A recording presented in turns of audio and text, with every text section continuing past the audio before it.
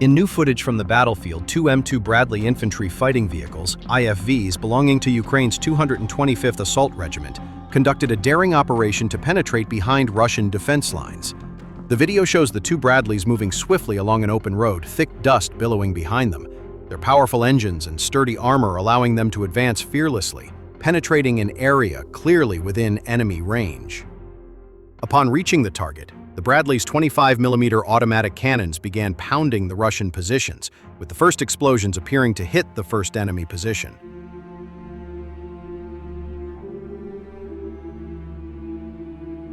The dramatic footage shows explosion after explosion hitting trenches, buildings, and defensive points believed to be used by Russian troops.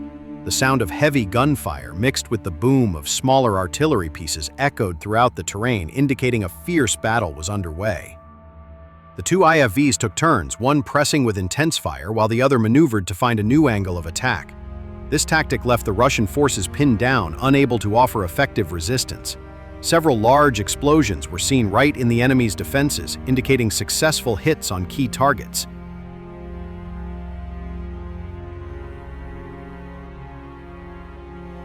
This mission was clearly more than just a patrol. It was a lightning raid into the heart of Russian defenses, demonstrating Ukraine's ability to leverage the Bradley's mobility and firepower to strike back in what should have been a safe zone for the enemy. This daring action demonstrated not only the Bradley's mechanical prowess, but also the courage of the soldiers of the 225th Assault Regiment. Beyond the flames and smoke, the message was clear. No place is truly safe for Russian troops, even deep behind their own lines.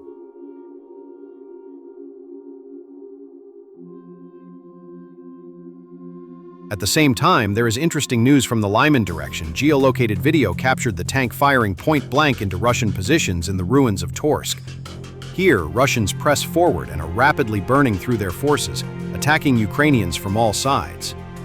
Holding an active defense, the Ukrainian 3rd Army Corps is hitting back hard, denying the Russians new territory and taking advantage of their most exposed positions to make new significant territorial gains of their own.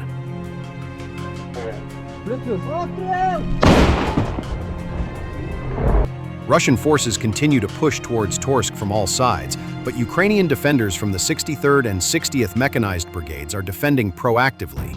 They are preventing the enemy from consolidating or entrenching inside the settlement by targeting Russians during their deployment to the front line.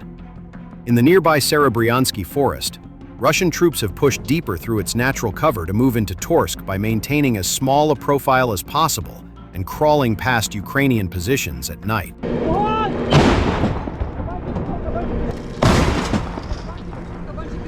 The Russians failed to stay undetected throughout the day, and geolocated footage shows a Ukrainian tank firing at close range into their positions in the ruins of the settlement. The infiltrators tried to seek cover in the trees, but were followed by the armored vehicle and eliminated with another series of devastating shots. In another engagement involving rarely seen armored vehicles, Ukrainian FPV drone operators destroyed two Russian BMP-2 infantry fighting vehicles near Terny, trying to deploy assault groups to attack Torsk from the north.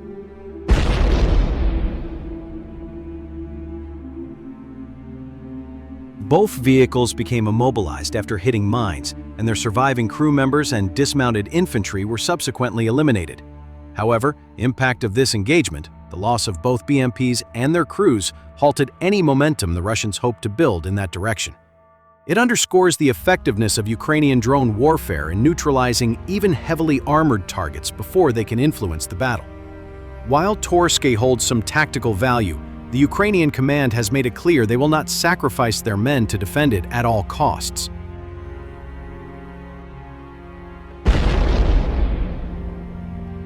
A mobile and active defensive posture is essential, prioritizing the lives of soldiers and maintaining the combat capabilities of brigades over clinging to a single defense line. Along the Russian bridgehead across the Zarabets River, the situation is very different. The Russians are overextended, and their most vulnerable positions are constantly under heavy Ukrainian fire without Russian artillery being able to respond without exposing itself on the bank. Russian soldiers have to move 15 kilometers on foot at a crawling pace to avoid immediate detection by Ukrainian drones, making any reinforcement attempts costly, slow, and any rapid response impossible.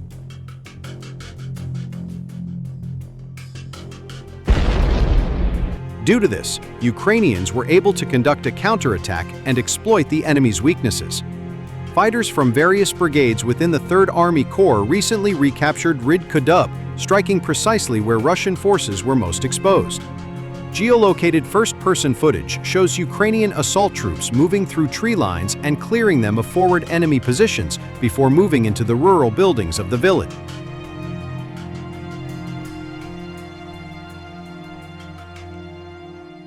Videos from several different soldiers show in detail how the Ukrainian operators clear basement after basement, being guided in real time by drone operators and their officers in field headquarters. After killing, wounding, and capturing dozens of Russian soldiers, the Ukrainians take various enemy documents and weapons as intel and trophies and secure the area. Use of a ground drone system to deliver ammunition and supplies to soldiers at night. Evacuation of a wounded comrade on the drone's return trip, highlighting the adaptability of Ukrainian air and ground drone tactics.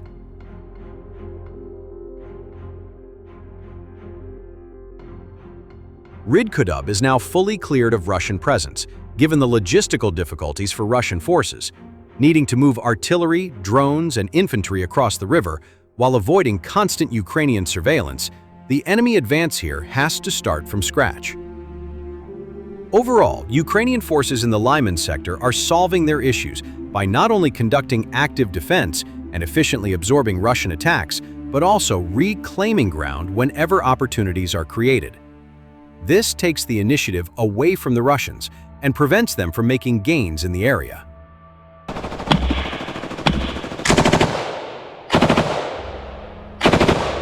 Meanwhile, multi-brigade attacks by the ZSU are rare in a northern section of the Eastern Front in the Lyman sector, some 130 kilometers, 81 miles northeast of Pokrovsk.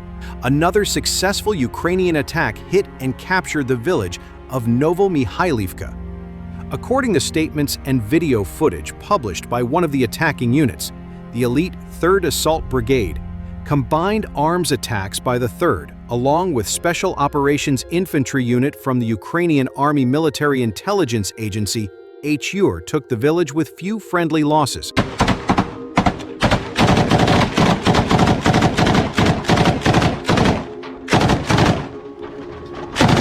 Давай, Херсон!